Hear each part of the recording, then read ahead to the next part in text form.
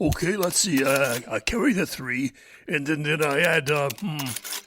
Okay, the hot dogs. We could take that out, and then let's see. Well, we cut a lot of staff, but Hey, Jimmy, what you doing, man? oh, I'm trying to tabulate all this stuff. Now, give me a moment, Tommy. Let's see. You carry the 3, and then you got your hot dog and your ticket budget. And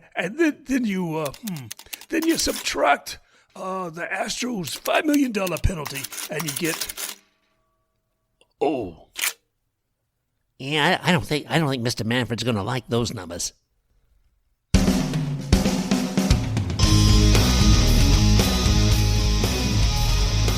Welcome to Baseball Biz. I'm Mark Carbage, your host, and with me is none other than my co-host, Mr. Brandon No Way. How you doing today, Brandon? I'm doing pretty good, Mark. How you doing? I'm doing fantastic, buddy, which is more than I can say for the state of Major League Baseball. You know, they've had a real tough year this year. I mean, 2020 was not kind. Yeah, they've had a bit of a rough time, and baseball as a whole, not just our boy Rob Manfred, even though he's winning all those awards. It's pretty much everybody. Nobody's safe. Yeah, Rob won a few of those goofy gobblers. So we'll see what else happens with this. It's been interesting today. You know, some of the things we talked about covering, of course, is what's happening as far as revenue and finance and viability of a lot of teams for Major League Baseball in 2021. What happened in 2020? And another thing, you know, you and I were kind of bantering back and forth, of course, looking at Rule 5, which is kind of an interesting thing. It's deadline's coming up on this week, and we'll give people kind of a quick insert about that.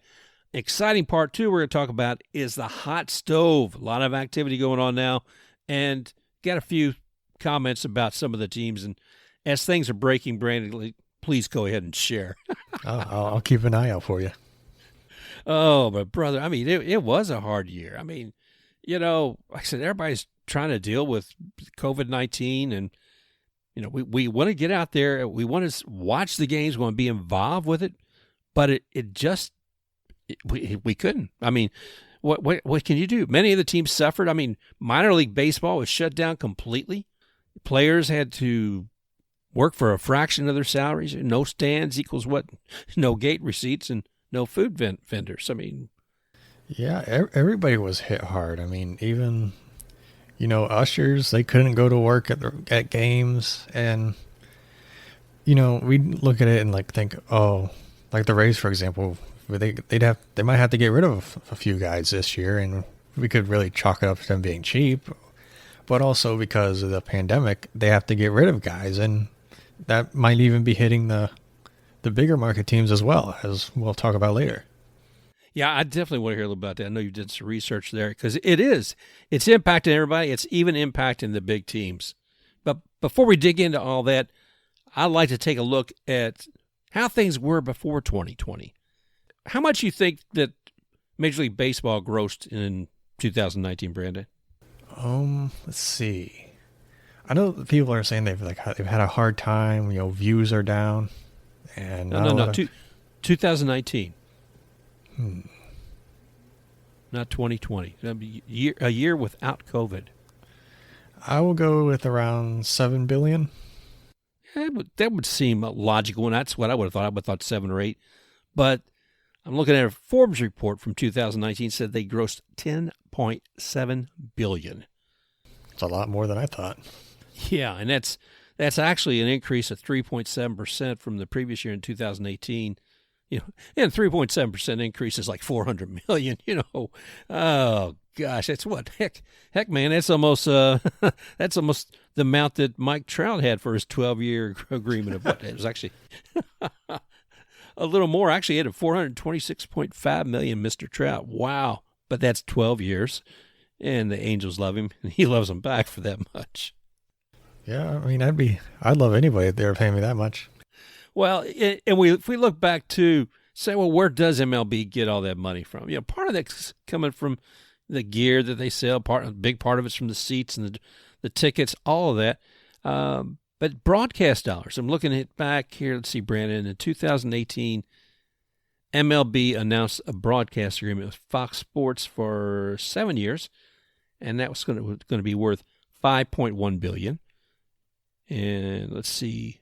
Oh, then not only that, but MLB has an agreement with 3 networks, Fox being one of them, but also ESPN and Turner Sports. And in 2019, they grossed roughly $1.5 billion. So that's a nice little chunk of change. Yeah, that's not half bad. No, I'll take half anytime. So those are some of the pieces of what happened with them, Brandon. I mean, looking in the past with MLB. So 2020, what are we looking at? I mean, no butts in the seats, no hot dogs, staffs being cut.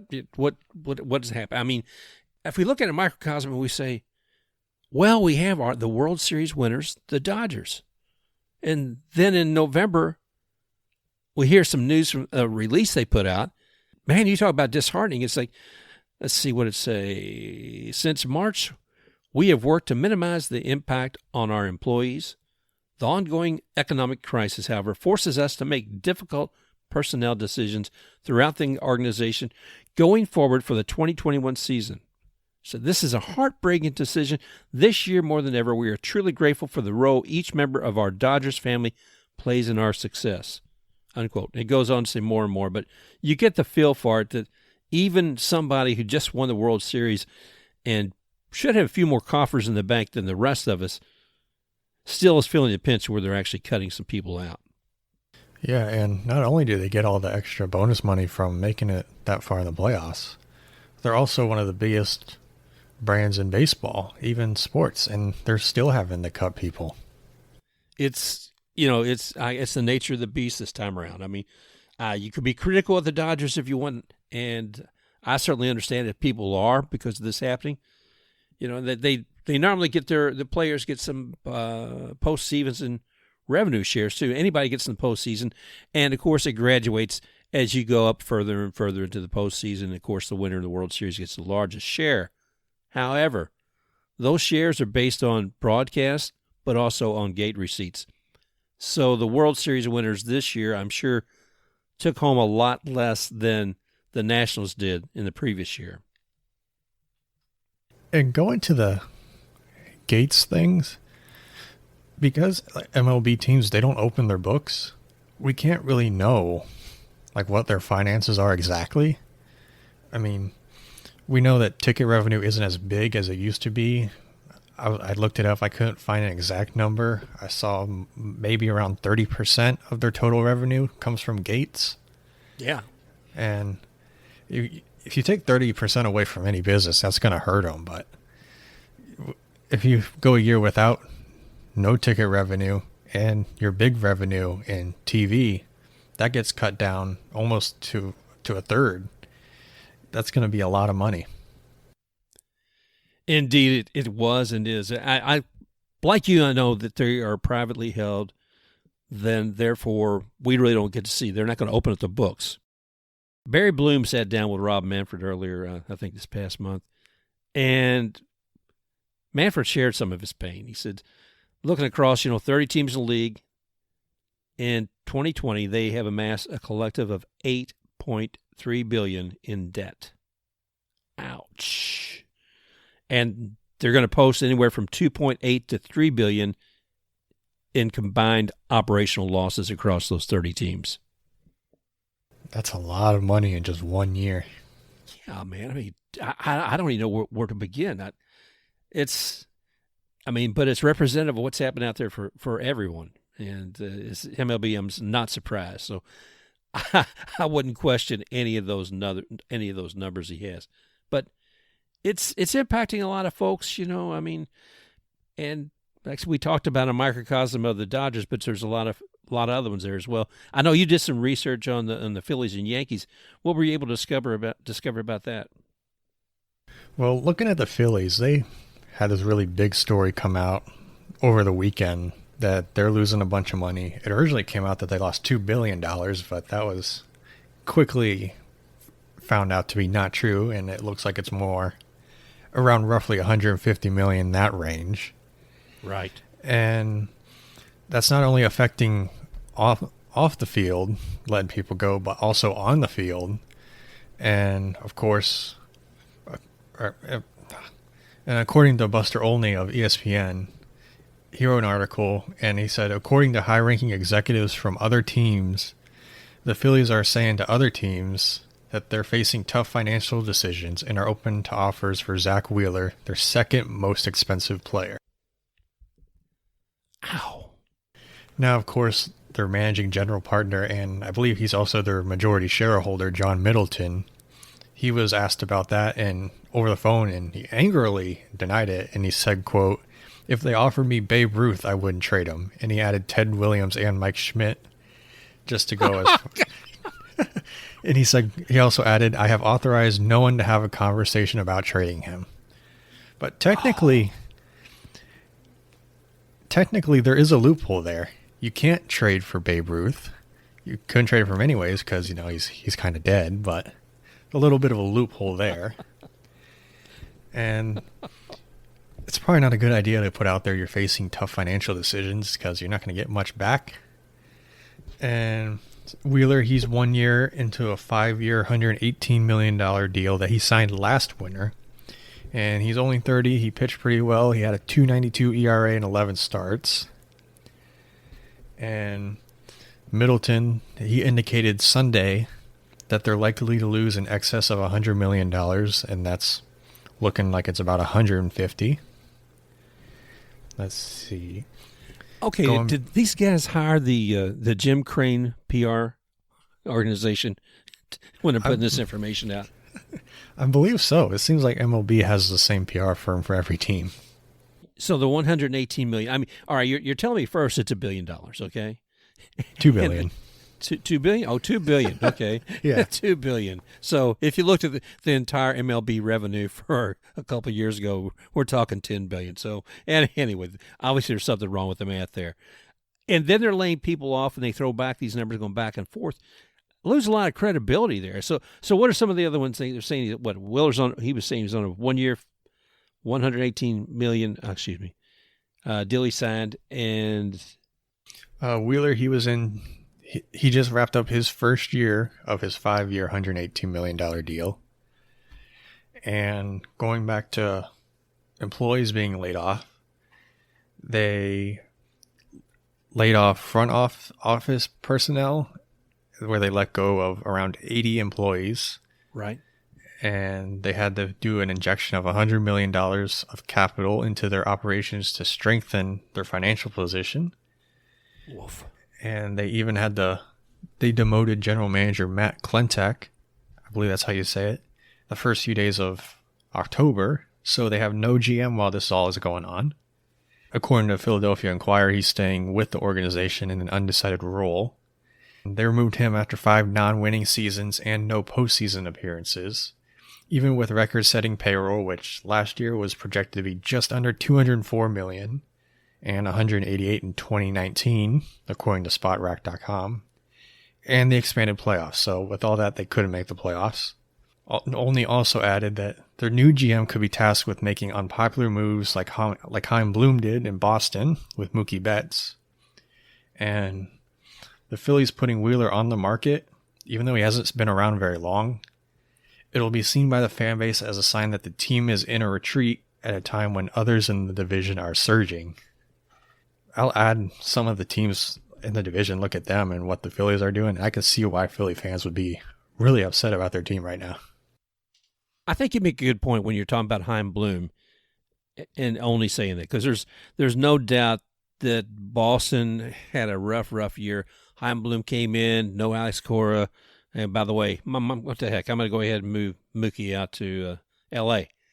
The word rebuilding comes to mind. I hate that word, but do you think Philadelphia's taken on that mindset with what they're going to do, or is it just saying, oh my gosh, what am I going to do? Because I'm broke. I don't have any money. You know, I gave it all to Bryce Harper. I don't have any money for El Muto or anybody else. It looks like they're going to be forced to do a rebuild. I mean, they have all this money tied up in the Harper. They're probably not going to be able to afford Real Muto. They're probably going to have to let Wheeler go. And from everything I've seen, their minor league system isn't very good, so they have nobody really to bring up. So you got to hope that maybe if you trade Wheeler or Harper even, that you can get really good prospects back and hopefully rebuild that farm system back up over the next few years. Well, yeah, and I mean it's winter meetings week, so a lot of dollars, a lot of players, a lot of everything's going to be going on this week. So I'm really curious to see how this evolves. And let's see, you also did you have something to share with us about the Yankees? Yeah, I could stick with the East for a minute. The Braves, they were one win away from a World Series last year. Of course, they won the division. And last year they had a payroll of about $157.7 million, and they added more, signing Drew Smyly and Charlie Morton, which added roughly about $26 million. The Mets, they brought in a new owner. Their payroll for next year is projected to be $153.5 million. And of course, Cohen came in and he wants to build a contender right away, and they're linked to a bunch of big name free agents this offseason, and I possibly may have breaking news on them coming up here in a few minutes. If you're a Mets fan, stay tuned for that. Okay. And even the Marlins, they made it to the playoffs last year when, honestly, people in the beginning of the year when they were going through the COVID thing were basically saying, oh, it's the Marlins, they just leave them behind. And even they look like they could be headed in the right direction. So it looks like it's going to be tough times over the next few years for Philly fans. Well, yeah, it is. They don't have somebody like Cohen coming in with who's a bankroll of money ready to go ahead and spend more elsewhere. So I don't know how that's going to work out for those folks. It's been a difficult time, and like I said, it's easy to point the finger at people like Bryce Harper, but he's just part of a plan that, like any business, you're going to say, what am I going to do? Nobody plans for COVID-19, so I get that. But with some of the other things they're doing, with, to me, some of the disjointed messages they're putting out there, it doesn't make the fans just that much more embrace the organization. We look at the biggest team of all and the biggest city in America, the Yankees. They're not immune to it either. I mean, looking at them, they're reported that they're operating on a budget because ownership has said that they suffered massive layoffs. And according to Forbes last year, they had the $220 million payroll. And in total revenue, the team made about $683 million. And they also led an investment group that bought about 80% of Yes Network for a total of $3.47 billion. That's just crazy, Brandon. I mean, I guess they are the Yankees, and they're all a bunch of savages there anyway, but that's still just amazing when I look at it. I mean, we talked before about the luxury tax, and some teams like them, it means nothing to. So I'm not sure how that's going to play out, but with some of the players coming in and out, I know LeMahieu. There's so much talk about LeMahieu. I think he wants to stay with New York, but I can see why they might not bring back Tanaka, because you were talking about that. Yeah, I saw this last night, and all you Yankee fans out there, I liked it on Twitter at the Sports Blitz 1. Feel free to give me a follow if you'd like. This came from SNY.com, where they said the Yankees may not bring back Tanaka, operating on a budget that looks like they might have to do that because they exercised a $13 million option on Zach Britton for next year.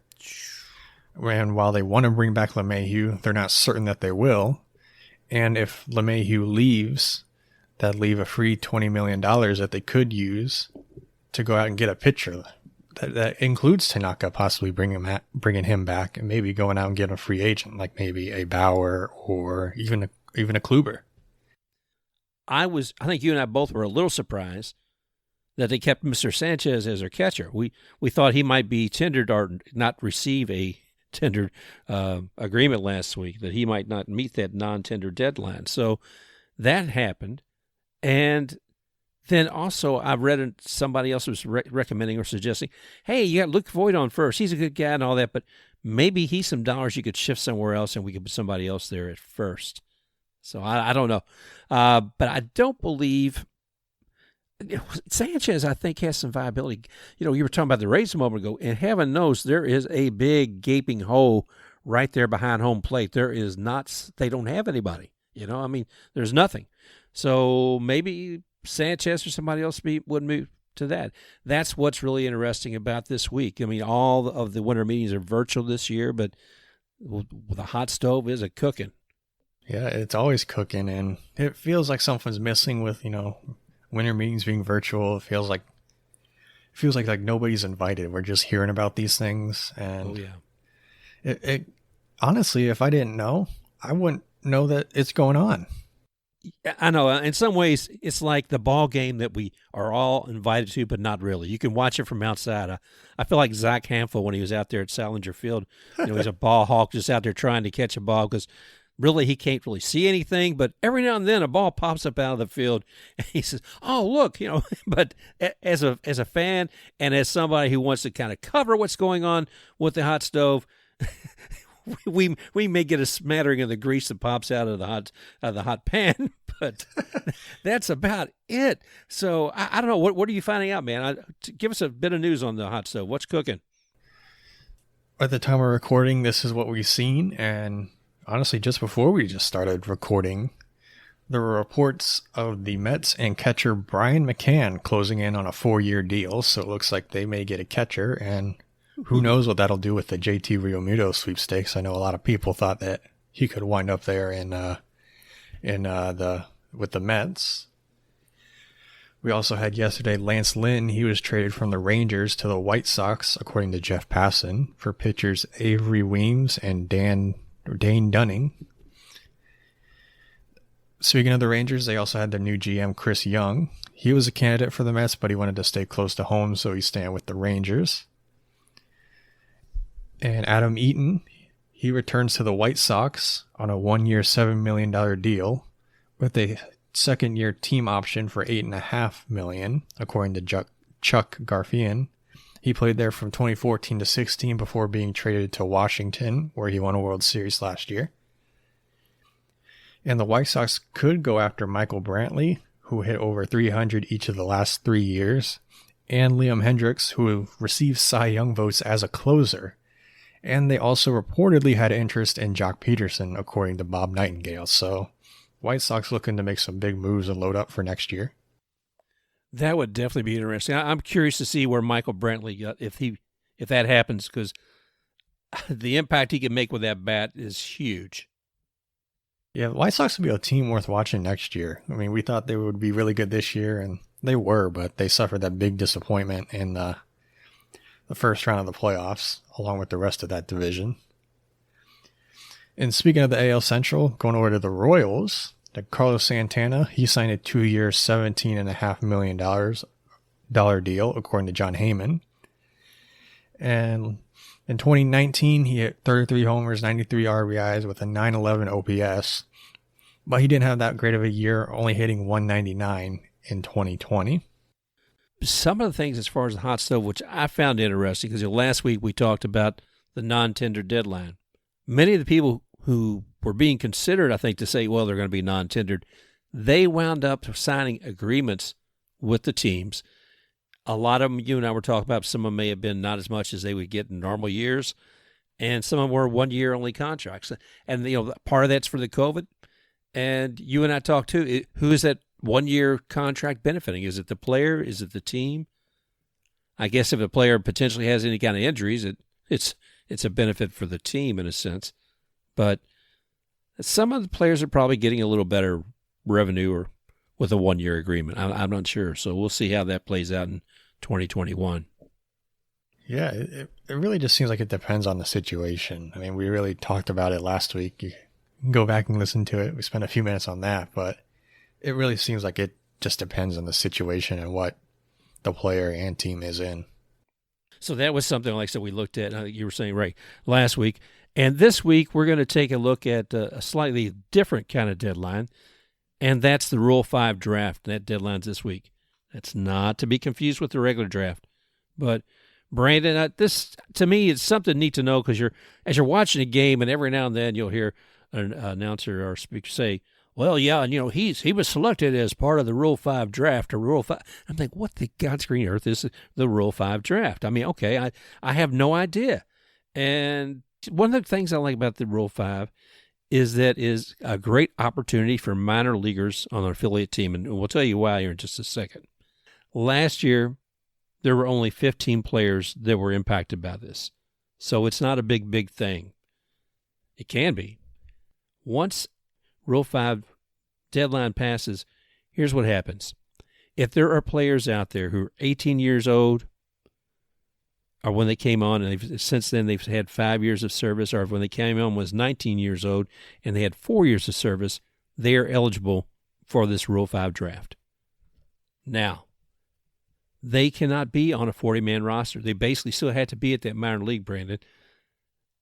They have to have value to somebody.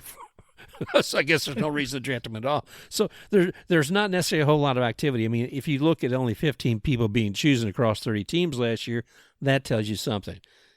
And who gets to pick? Well, it's like a lot of drafts. If you were the worst last year, you're at the top. And if you're, Rays and Dodgers, you don't get a choice until whatever. But the worst teams get the first selections. And if they see somebody out there, one of those players who in the minors, they can pick them up for $100,000. They have to pay the major league $100,000 for the player. But this is why I also say it's a great deal for the minor leaguers who get brought up. They, meaning the team, must keep that man on their 26-man roster for a full season. And to me, that is huge. I've seen, you and I have both seen, it seems like where it's like guys must be like popcorn, up and down, whether they're going to be in the majors or the minors and not staying there. But with this, they cannot be optioned and they can't be designated to the minors, Brandon. I mean, that's pretty cool. The one thing I have a question is, what if, like, they bring him up and, he was there on opening day and say around the All-Star break midway point, they're like, all right, this guy kind of sucks. Does he have to stay on the roster, or is there a way for them to get rid of him? Well, they have to keep him there. I mean, that's pretty much it. However, they can basically, I guess they can waive them or even trade them. And they, on their team, they have to keep them on the roster unless they want to do, either trade or waive. Now, if they're traded, whichever team picks that person up, they're going to have to keep them for the rest of that remaining year. That Rule 5 draft sticks with them. So they still have that they still have that full season. Now, if they are waived and unclaimed, the original team can pick them up for $50,000. Say, hey, yeah, we'll take him back. And that also cancels the Rule 5, which gives them, meaning the original team who had the player, the ability to indeed send them back down to the minors if they choose to. I could have asked this a little bit earlier, but I want to let you keep going. If, say, I'm with the Rays and they don't put me on the 40-man roster and I'm in the Rule 5 draft, what happens if nobody picks me? Do I go back to the Rays, or is it basically, oh, well, nobody wants you right now, so you're basically unemployed? You're basically unemployed if you were never picked in the first place. I mean, and you got to think about it. Anybody who has 5 years of service in the minors hasn't been brought up. That's why you're not going to see a whole lot of picks there. If you see a gem in the rough, you see somebody who's actually been through some player development and is starting to show some possibilities. Yeah, and again, you have to be a person who's going to select from that pot. They can't have a 40-man roster. They got to have openings for this. So this, by no means, is the first choice for a lot of teams when they're looking for new talent. But it is a great opportunity for some players in the minors, but doesn't mean you're going to get picked just because you meet that criteria of how long you've been there. So it's basically like those stories where all they really need is a shot and they get it, and some guys will take advantage of it. Yeah, and the most notable or most successful Rule 5 draft person is none other than Roberto Clemente. I know he was one, and I believe Josh Hamilton was. Yep. He was a Rule 5 when the Devil Rays had him at the time. I believe he went to the Cubs, it was. No, you called it right. That's exactly true. So there are success stories out there. There's going to be more in the future. But again, it's not a big deal during this hot stove week. It's not going to be a big deal during the winter meetings. The hot stove's got enough going on with free agents that are already out there. Some free agents who were not tendered anything last week. I think teams will pick from those before they really are doing much for the Rule 5 draft. So I'll be curious to report to you guys next week and see who, if anybody, was selected from the Rule 5. I'm curious to see over the next few days, like we talked about, how finances impact free agency. Will teams be thinking they'd rather build from the Rule 5 draft and get a couple guys from there? Or rather, save a few $100,000 and maybe go pick up a lower end free agent? If they're trying to save money these days and they think they can actually build somebody, I could see where they would wait. I mean, I could see rather where they might pull from Rule 5. That's why we just looked earlier as far as saying what was revenue like in 2018, what was it like in 2019. I think it's also going to be interesting looking 2021 and 2022, what changes we saw, how things happened with the Rule 5 draft, who was tendered, who wasn't. And another big thing I haven't even talked about at all, and that is the contract between the Players Association and MLB. That's something that's still being hacked and batted back and forth between. And I don't know what, if anything's happening. I'm sure conversations are still going on. And with the winter meetings right now, you've got all of those owners together in a virtual room, I suppose.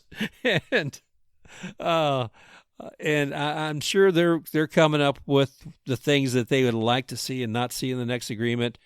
And Tony Clark from the Players Association is going to be one busy man. Yeah, as smooth as the negotiations went to get this season done, I'd love to be a fly on the Zoom conference room listening to that negotiation. That I'm sure that's a doozy. Wow. So, I don't know what it's going to look like, in 2021, but the hot stove's popping. And Brandon, what's looking on the pulse there? What's on the ticker? Anything new we're seeing? It's nothing really big, a whole lot right now. It's still somewhat developing, but according to SNY.com, the Mets are engaged with free agent center fielder George Springer. And of course, he was one of the big name free agents out there. So Mets look like they're making their moves. Well, I'd like to go ahead and take a look and give a glimmer of positivity and hope to everybody. One thing is, Brandon and I talked about this before, we'd love to see MLB open up the books to the public. That's like trying to get some politicians to do it. It ain't going to happen. And but the thing of it is, looking at the Atlanta Braves, they are actually a publicly traded team. That didn't realize that at first. If you're looking on the stock exchange, it's BATRK. That is their symbol. It's BATRK. And the last December, looking at their stock, per share had a value of $29.90. Most people could shell out a few dollars to get themselves a share or a few or two. But from February to March, that plummeted. That stock plummeted from $29.90 to its lowest on March 18th with a value of $13.47. So it lost more than 50% of its value. Bam.